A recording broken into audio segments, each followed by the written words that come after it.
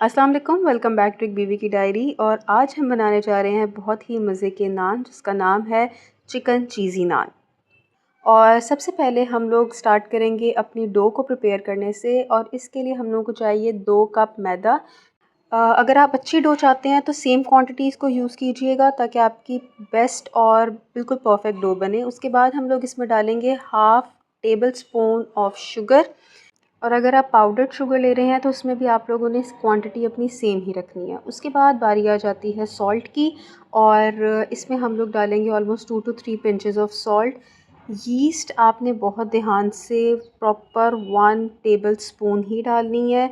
इसको यूज़ करने के डिफरेंट मेथड्स हैं, बट हम लोग इसमें डायरेक्ट ही यूज़ करेंगे। उसके बाद हम लोग इसमें डालेंगे 6 टेबल स्पून योगर्ट। और इसके बाद हम डालेंगे 4 टेबल स्पून ऑयल। आप घी भी डाल सकते हैं लेकिन ऑयल ज़्यादा बेहतर रहेगा। उसके बाद हमने हाथों की मदद से ही इस सारी चीज़ों को इकट्ठा कंबाइन कर लेना है, जब तक ये क्रम्स की फॉर्म में आपके पास ना आ जाएं और आपस में हर चीज़ एक दूसरे के साथ यकजान ना हो जाए। अच्छा, ये जो डो हम बना रहे हैं, आप इसी डो को, इसी सेम रेसिपी को पिज़्ज़ा के लिए भी यूज़ कर सकते हैं। आप चाहें तो शावरमा ब्रेड्स बना सकते हैं इससे। और इस डो को हम लोग स्टोर भी कर सकते हैं। ओके जी, अब हम लोग डालेंगे इसके अंदर अपना लिक्विड एजेंट जो कि है दूध। आपने स्लोली स्लोली इसको थोड़ा थोड़ा करके डालना है, लेकिन आपको ऑलमोस्ट 1 ग्लास जो है वो मिल्क रिक्वायर होगा।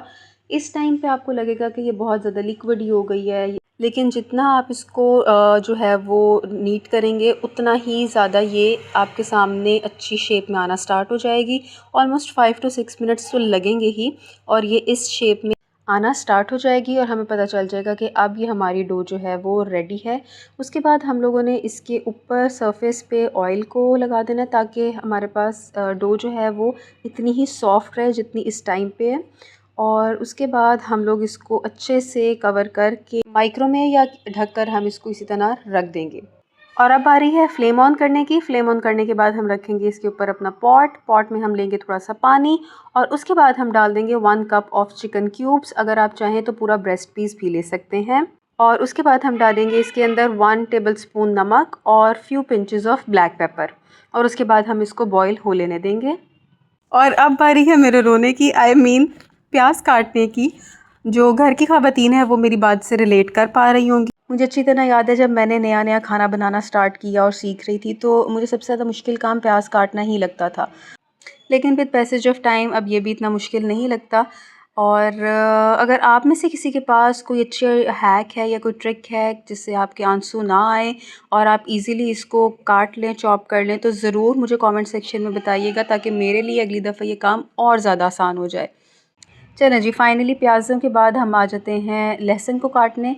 और लहसुन को भी हम लोगों ने बिल्कुल बारीक बारीक चॉप कर लेना है। इसके बाद हम लोग डालेंगे अपने सारे स्पाइसेस को एक प्लेट में। सबसे पहले सॉल्ट, फिर चिली फ्लेक्स, अब हम डालेंगे टिक्का मसाला। इसके बाद हम लोग थोड़ा सा आप ब्लैक पेपर ले लीजिए। और लास्ट में हम लोग लेंगे धनिया पाउडर। इसी दौरान हम लोग का चिकन जो था वो अच्छे से बॉईल हो चुका है, और हमने अब इस चिकन को छोटे छोटे पीसेस में, आप चाहें तो इसको बिल्कुल रेशा रेशा कर लीजिए, लेकिन मुझे अच्छा लगता है कि थोड़ा सा चंकी हो, एक बाइट में हमें फ़ील हो। तो हम लोग इसको बिल्कुल छोटे छोटे पीसेस में हम इसको और काट लेंगे। अच्छा, ये जो चिकन हमने बॉईल किया है विद एडिंग सॉल्ट और ब्लैक पेपर, ये इट्सेल्फ इतना टेस्टी है कि आप इसको चॉप और कटिंग करते हुए ही अपने हाथ नहीं रोक पाएंगे, और आपका दिल करेगा कि मैं थोड़ा थोड़ा खाती चली जाऊँ।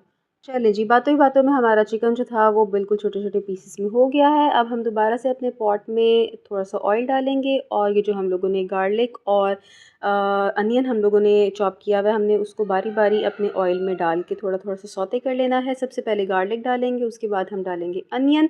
और जैसे ही ये थोड़ा सा ट्रांसलूसेंट फॉर्म में आना स्टार्ट हो जाएगा, हम लोगों ने इसमें डाल देना है अपना चिकन। और इसको भी थोड़ा सा हम लोगों ने मिक्स कर लेना है ऑयल में। देन बारी आ जाएगी सारे स्पाइसेस की, जो कि मैंने आपको ऑलरेडी बता दिए हैं। वो डालने के बाद हम इसको अच्छे से मिक्स करेंगे, ताकि सारे स्पाइसेस जो हैं वो अपना एसेंस और अपना फ्लेवर चिकन में छोड़ दें। और उसके बाद हम लोग डालेंगे इसमें बिल्कुल थोड़ा सा, आप कह लीजिए 5 to 6 स्पून्स ऑफ वाटर। ताकि हर चीज़ एक दूसरे के साथ कंबाइन हो जाए। देन हम डालेंगे इसमें ग्रीन कोरिएंडर, क्योंकि कलर्स जो हैं वो डिश को और ज़्यादा इन्हांस कर देते हैं। और अब बारी आ जाती है सबसे हाईलाइटेड इंग्रेडिएंट की, जो कि है हमारी चीज़। और हर इंसान का दिल करता है कि हर चीज़ से भरी हुई हो, और हम लोगों ने इसमें अच्छी क्वांटिटी में चीज़ ऐड कर देनी है और इसको हम लोगों ने मिक्स करके एक साइड पे रख देना है। चलें जी, डो जो है वो हमारी अल्हम्दुलिल्लाह बड़े अच्छे से राइस हो गई है और हमने इसको किया है पंच, ताकि जितनी भी एक्सेस एयर है वो निकल जाए। और उसके बाद हम लोग अपने प्लेटफॉर्म में डाल देंगे मैदा और अपनी डो को जो है वो फाइनली थोड़ा सा और नीट कर लेंगे। उसके बाद हम लोगों ने इसका एक बड़ा सा पेड़ा बना लेना है और उसके बाद हम लोग इसको, आप चाहें तो 2 या चाहें तो 4 या चाहें तो 6 स्मॉल बॉल्स में भी डिवाइड कर सकते हैं। लेकिन मैं अपने इस पूरे के पूरे डो को सिर्फ़ और सिर्फ 4 ही पीसेस में डिवाइड करूँगी, ताकि एक अच्छे साइज़ का और एक अच्छी क्वांटिटी का हमारे पास नान बन के रेडी हो जाए। उसके बाद जिस तरह हम आम तौर पे एक रोटी को बेलते हैं, पेड़ा बनाते हैं, बिल्कुल वैसे ही हम लोगों ने इसको भी कर लेना है। अगर आप में से किसी का बैटर या पेड़ा इस टाइम पे थोड़ा-सा gooey हो या थोड़ा-सा चिपकने वाला हो, तो आप चाहें तो आप अपने पेन के ऊपर थोड़ा-सा ऑयल या आप थोड़ा-सा मैदा डस्ट कर लीजिएगा, ताकि आपका जो भी बैटर है या जो आपका पेड़ा है वो उसके ऊपर ना चिपके। उसके बाद हम लोगों ने इसके सेंटर में अपनी फिलिंग जो है वो प्लेस करते जानी है। और जिस तरह से आप वीडियो में देख रहे हैं, हमने बिल्कुल उसी तरह से अपनी फिलिंग को और अपने आटे को रैप कर लेना है। उसके बाद हम लोगों ने दोबारा से अपने पिन की मदद से इसको फ्लैट कर लेना है। थिकनेस थोड़ी-सी आप जो है एहतियात कीजिएगा, ज़्यादा मोटा होगा तो डेफ़िनेटली मैदा जो है हमारा जो नान है वो कच्चा रह जाएगा। तो कोशिश कीजिए कि इसको आहिस्ता-आहिस्ता हल्के हाथों से बेलते जाएँ और उसके बाद आपने इसको अपने पैन में एहतियात से प्लेस कर देना है, ताकि ये जो है आहिस्ता-आहिस्ता पकता रहे। मीनवाइल हम लोग दूसरा भी अपना नान प्रिपेयर कर लेंगे। अच्छा, अगर आप लोग चाहें तो आप सेम इसको डिफ़रेंट शेप्स में प्रेज़ेंट कर सकते हैं और इस फिलिंग को आप चाहें तो समोसा के अंदर यूज़ कर सकते हैं, चाहे तो इसका पराठा बना सकते हैं, क्योंकि ये जो है हमारे लिए मल्टीपर्पज़ फिलिंग है। तो जो हम लोगों का नान पैन में था, उसके ऊपर हम लोगों ने थोड़ा-सा ऑयल ब्रश करके तिल डाल देने हैं और हमने इसको पलट देना है।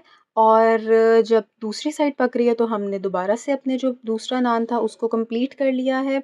और मुझे ऐसा लगता था कि नान जो है सिर्फ़ और सिर्फ़ आप तंदूर से ही लगवा सकते हैं, बट नहीं, इस रेसिपी को अगर आप फ़ॉलो करेंगे तो आप भी बहुत ही आसानी से घर पे नान वग़ैरह सब कुछ बच्चों को और बूढ़ों को बना के दे सकते हैं, क्योंकि जो बाहर के नान होते हैं उससे डेफ़िनेटली डाइजेशन का इशू हो जाता है। उसको खाने से बच्चों का दिल ख़राब, क्योंकि उसमें सोडा और ये सब चीज़ें डली हुई होती हैं। तो ये हमारा बिल्कुल हेल्दी वर्जन है नान का।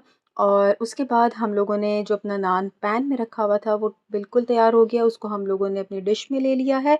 आप चाहें तो इसको एज़ इस शेप में भी खा सकते हैं, बट मैंने इसको 4 पीसेस में डिवाइड कर दिया। और और इसके ऊपर मैं थोड़ा-सा बटर और कोरिएंडर ब्रश कर रही हूँ, ताकि इसकी प्रेज़ेंटेशन और ज़्यादा अच्छी लगे। और फाइनली ये है हमारे चिकन चीज़ी नान की लुक, जो देखने में मज़े की लग रही है लेकिन खाने में इससे डबल टेस्टी थी। तो do like, share and subscribe my channel.